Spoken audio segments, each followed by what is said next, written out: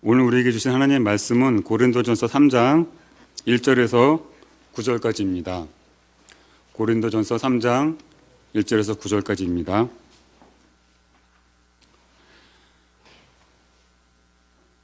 형제들아, 내가 신령한 자들을 대함과 같이 너에게 말할 수 없어서 육신에 속한 자, 곧 그리스도 안에서 어린아이들을 대함과 같이 하노라. 내가 너희를 저주로 먹이고 밥으로 아니하였노니 이는 너희가 감당하지 못하였음이거니와 지금도 못하리라. 너희는 아직도 육신에 속한 자로다. 너희 가운데 시기와 분쟁이 있으니 어찌 육신에 속하여 사람을 따라 행함이 아니리요.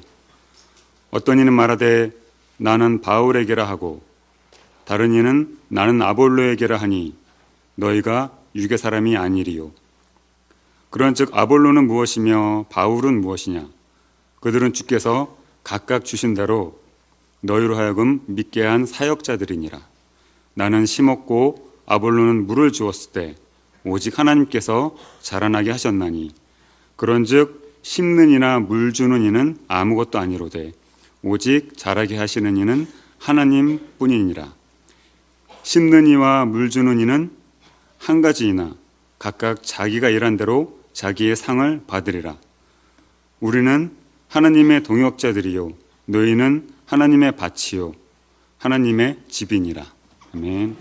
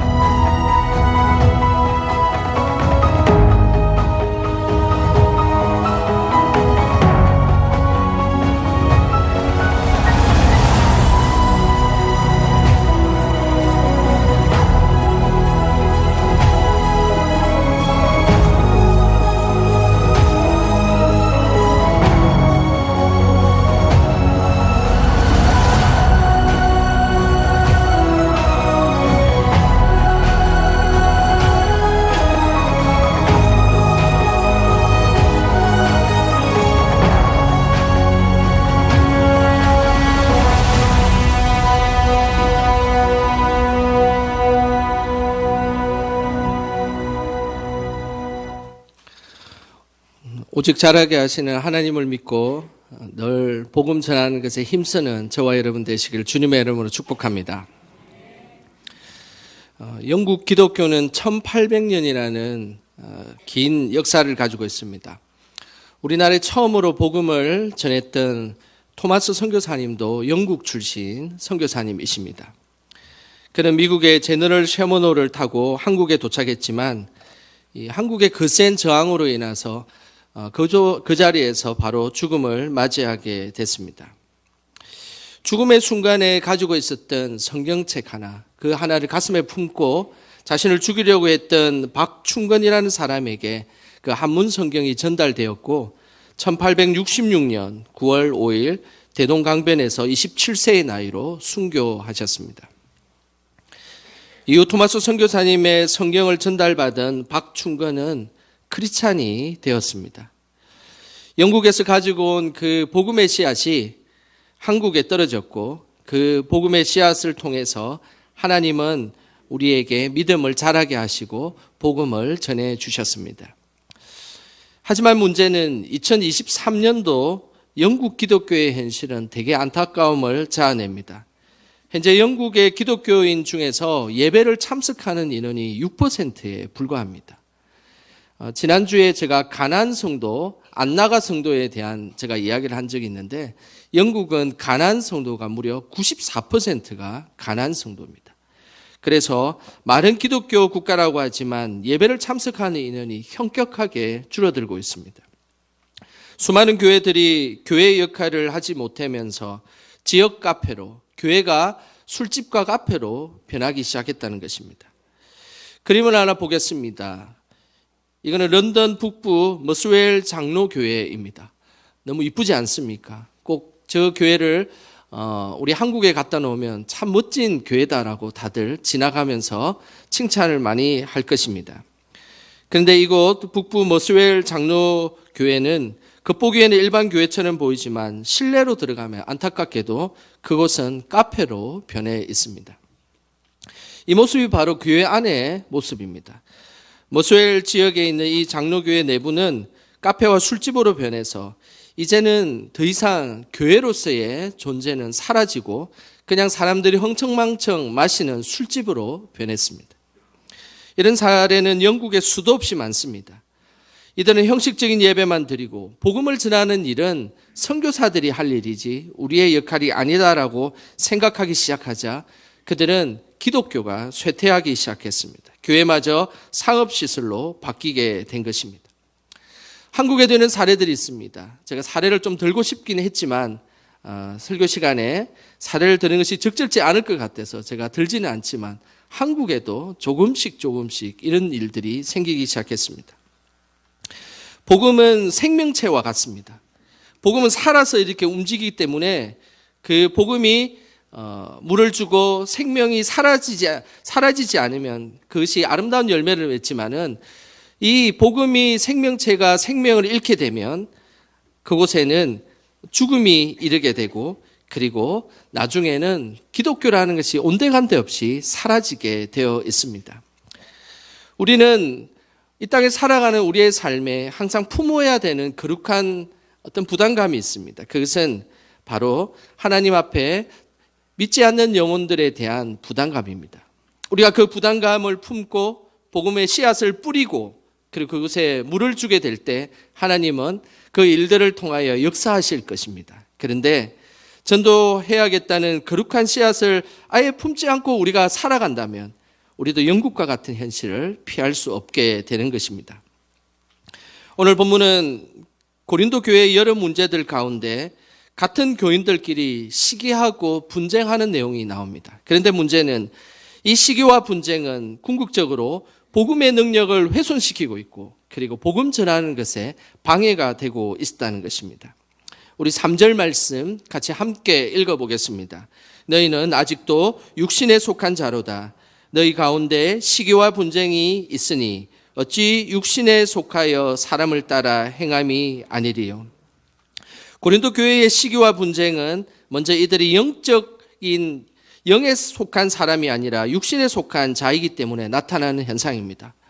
오늘 이 본문에서 나와 있는 것 중에 매우 중요한 부분이 있는데 그것은 오늘 이 읽었던 고린도전서 3장 1절에서 9절에는 세 부류의 사람들이 등장합니다. 그 첫 번째 부류는 영에 속한 사람이 등장하고 그 다음에 육신에 속한 사람이 등장하고 육에 속한 사람이 등장합니다.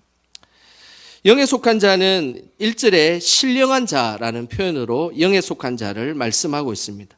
이들은 성령의 능력을 가지고 있고 그리고 성령의 열매를 맺고 있는 사람들입니다. 저는 바라기에 우리 영광의 모든 성도들이 다 영에 속한 자이기를 주님의 이름으로 축복합니다. 영에 속한 자 외에 두 종류의 사람이 등장합니다. 그 하나는 육신에 속한 자, 또 하나는 육에 속한 자입니다. 언뜻 보면 한글로 보면 별 차이가 없는 것 같죠. 육신에 속하거나 육에 속하거나 별반 차이가 없지만 이거를 원어적으로 표현하면 큰 차이를 가지고 있습니다. 화면을 한번 보시길 바랍니다. 육신에 속한 자는 사르키코스라는 단어를 씁니다. 이 사르키코스라는 이것은 하나님의 영을 가지고는 있지만 성령을 쫓아가지 않는 사람들을 육신에 속한 자다라고 설명합니다. 그리고 육에 속한 자는 푸시키코스라는 단어를 쓰는데 이 푸시키코스는 그야말로 아예 하나님의 영이 없습니다. 그래서 일반인들과 자연인, 전혀 교회에 다니지 않는 그리고 크리스찬이지 않는 사람들, 그런 사람들을 향해서 육에 속한 자다라고 표현하는 것입니다.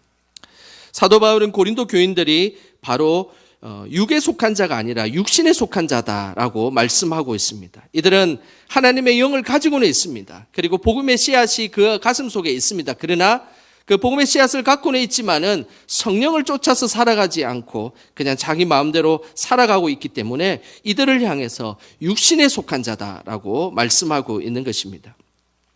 그래서 이들을 사도 바울은 어린아이들처럼 돼 있다라고 말씀하고 있는데 구체적으로 어떻게 되어 있는지 2절 말씀을 보겠습니다. 우리 2절 말씀 같이 읽겠습니다. 내가 너희를 저저로 먹이고 밥으로 아니하였노니 이는 너희가 감당하지 못하였음이거니와 지금도 못하리라. 영에 속한 신령한 자들이 아닌 육에 속한 자는 젖을 먹이고 밥을 먹이지 아니하였다라고 말씀하고 있습니다. 이것은 하나님의 딱딱한 말씀으로 그들이 성장하지 않고 아주 부드러운 젖과 같은 것으로 그들의 믿음이 존재하고 지키고 있었다라고 말씀하고 있는 것입니다. 우리가 구원을 받게 되면 믿음이 점차 성숙해야 됩니다. 그것을 성화의 단계라고 부릅니다. 그리고 하나님에게 만나서 하나님 나라에 가면 영화의 단계에 도달하게 됩니다. 그런데 항상 딱딱한 것을 먹을 수 없는 믿음을 가지고 있는지 우리는 물어보아야 합니다. 우리는 항상 젖과 같이 부드러운 것만 좋아하고 있지는 않은가요? 여기에서 딱딱한 것이라는 것은 고난과 순종을 의미합니다. 축복과 평안은 우리에게 당장의 유익을 가져오기 때문에 젖과 같은 것입니다.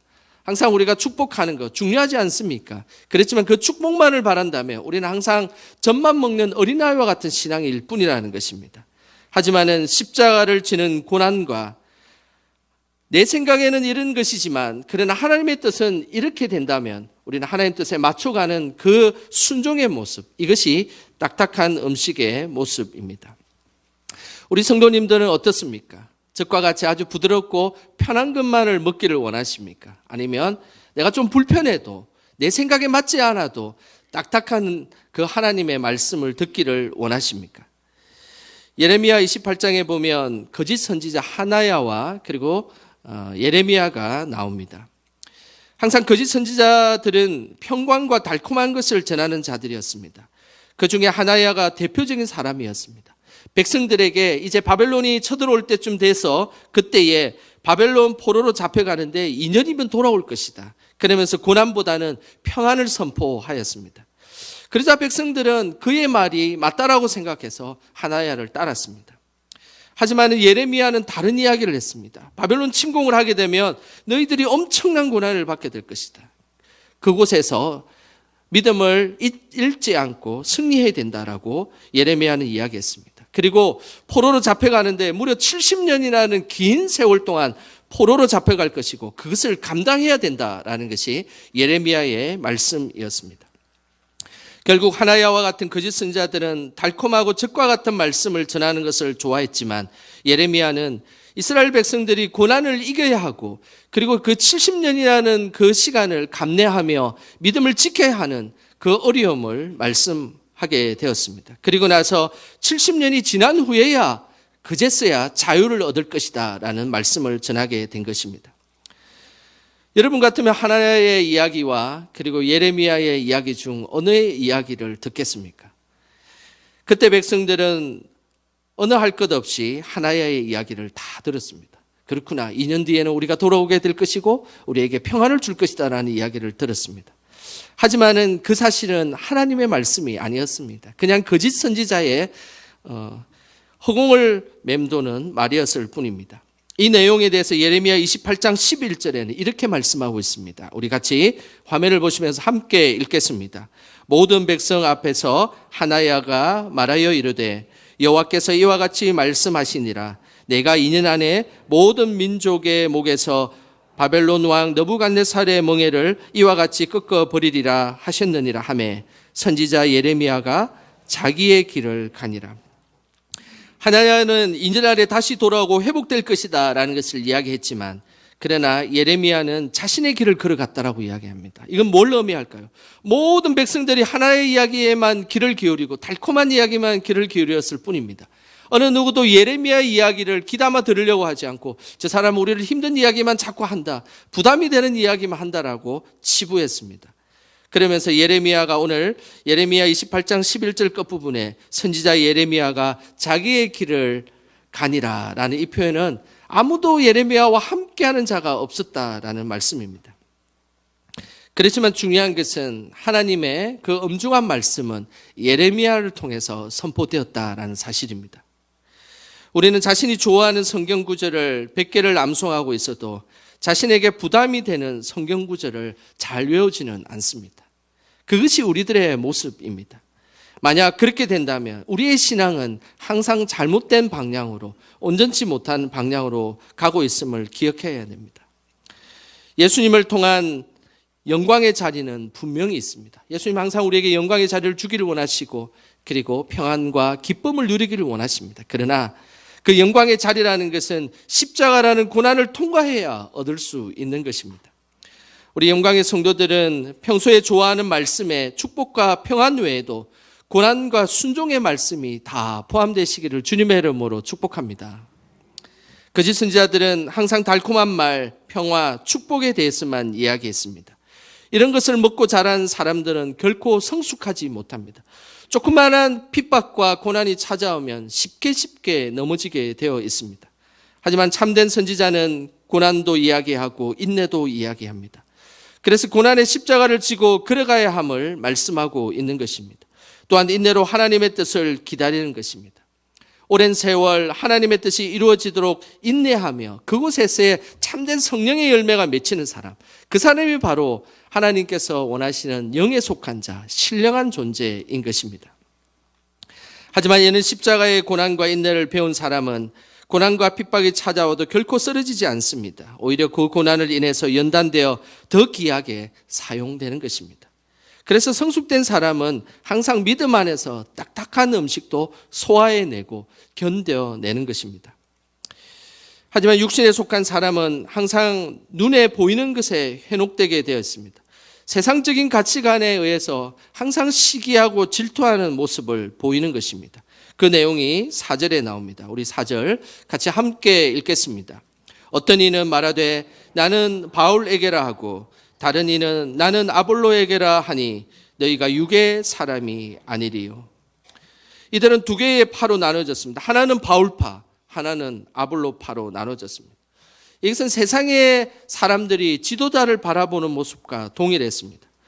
당시의 로마 사람들은 자신이 좋아하는 헬라 철학자를 가지고 싸웠습니다. 이 사람이 최고다, 저 사람이 최고다.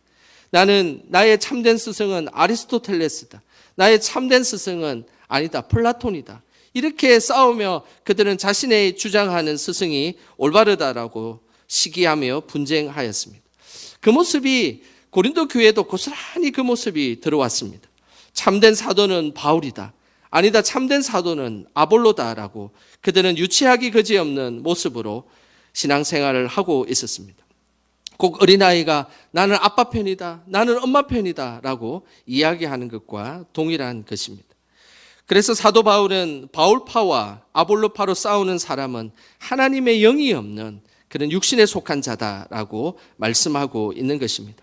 그러면서 5절에 이렇게 말씀하고 있습니다. 우리 5절 말씀 같이 읽어보겠습니다. 그런즉 아볼로는 무엇이며 바울은 무엇이냐?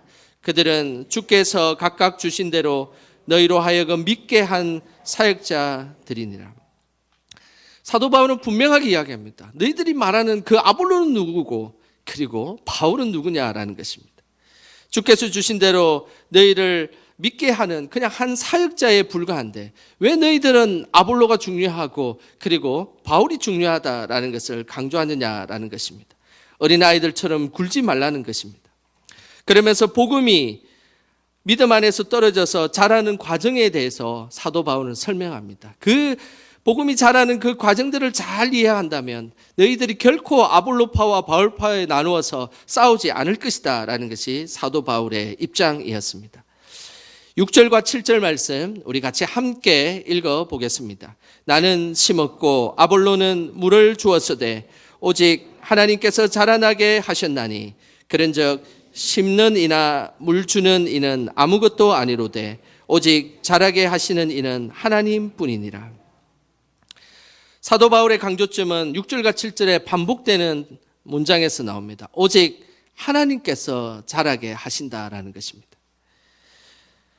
특별히 이 오직이라는 이 단어는 헬라어로 알라라는 단어를 쓰는데 이것은 모든 것의 주체고 원천이 된다는 것입니다. 그리고 어떤 것도 대체할 수 없는 창조주만의 그런 능력인 것입니다. 우리는 복음을 뿌릴 수 있고 복음을 심을 수 있습니다.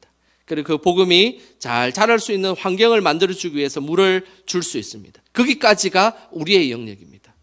그런데 이제 그 복음이 싹을 틔워서 복음이 자라는 것은 누구의 영역이라고요? 하나님의 영역입니다. 그래서 오직 자라게 하시는 분은 하나님이시다라고 말씀하고 있는 것입니다. 사도 바울은 이 사실을 분명하게 이해하고 있었습니다. 자신들은 복음의 씨앗을 뿌리고 옆에서 물을 줄 수 있지만 그것을 자라게 하는 것은 창조주 하나님의 손길만이 자라게 함을 말씀하고 있는 것입니다. 오직 하나님이 자라게 한다라는 것에는 두 가지의 매우 중요한 의미가 담겨져 있습니다. 그 첫 번째는 복음을 제시했을 때 믿고 안 믿고의 문제는 하나님의 영역이라는 것입니다. 우리는 복음의 씨앗을 뿌릴 수 있습니다. 그리고 그 싹이 날 때까지 물을 주고 그 사람이 복음이 잘 이렇게 싹이 날 수 있도록 분위기를 만들어 줄 수 있습니다. 그래서 복음을 전하고 그들과 관계를 맺고 선물을 줄 수 있습니다. 그리고 또 식사의 자리를 초대해서 그들이 온전한 복음을 받아들일 수 있도록 환경을 만들 수 있습니다.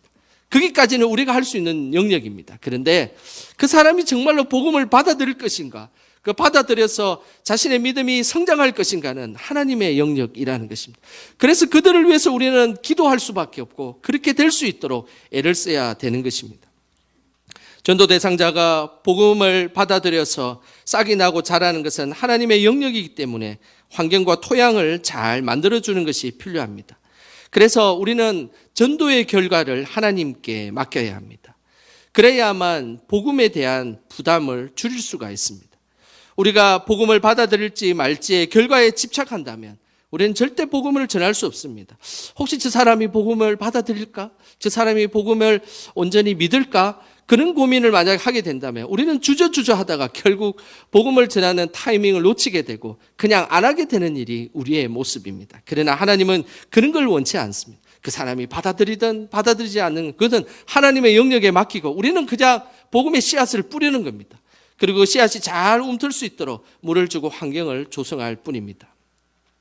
사도 바울이 고린도 교회에서 이 영역들을 정확히 나누었기 때문에 사도 바울의 그 선교는 왕성하게 일어날 수 있었던 것입니다. 사도 바울이 만약에 고린도 교회에서 씨를 뿌리고 물을 주고 그리고 이 사람이 잘하는지 안 잘하는지를 자기가 끝까지 애를 쓰고 있었다면 사도 바울은 그냥 고린도 교회에서만 목회하는 사람으로만 멈춰 있었을 것입니다. 그러나 사도 바울의 믿음에는 그렇지 않았습니다. 사도 바울의 믿음은 복음을 뿌리고 그리고 물을 줘서 토양만 만들어내면 그곳에 하나님이 자라게 하신다는 것을 믿고 있었기 때문에 고린도 지역이든 에베소 지역이든 터키 지역이든 온갖 지역에 가서 복음을 전할 수 있었고 그리고 하나님의 복음이 아름답게 편만하게 전해지게 된 것입니다.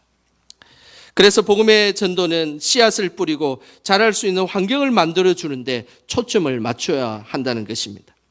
오직 자라게 하시는 분은 하나님이시다라는 이 고백에 또 다른 두 번째 의미가 담겨 있습니다. 그것은 바로 전도자의 겸손을 요구한다는 것입니다. 지난해 항존직 선교에서 우리 교회는 그런 모습이 보이지 않아 저는 참으로 감사했습니다. 제가 많은 교회를 거쳐가며 안타까운 것들이 있었습니다. 그것은 많이 전도한 사람이 교회에서 영향력을 행사한다는 것입니다. 특별히 교회에서 어떤 중요한 결정을 하거나 선거를 하게 되었을 때 집단의 세력을 이루어서 힘을 행사하는 모습을 보았습니다. 이것은 복음을 왜곡되게 사용하는 매우 교만한 태도의 모습입니다. 그 사람에게 복음의 씨앗을 뿌렸지만 오직 자라게 하시는 분은 누구십니까? 하나님이시지 않습니까? 꼭 자신이 그 사람의 믿음을 자라게 한 것처럼 그렇게 교만한 사람들이 있다는 것입니다. 우리는 이것에 대해서 매우 조심해야 합니다. 그 사람에게 은혜를 주는 분은 오직 하나님이십니다. 그리고 그 속에서 믿음이 자라게 해서 그 믿음을 통하여서 하나님께서 영광 받으시는 분은 바로 하나님이십니다. 우리가 그것까지 하나님의 영역까지 침범해서 내가 그 사람을 그렇게 했노라라고 이야기한다면 우리는 조심하셔야 됩니다. 그것은 매우 교만한 사람의 모습입니다.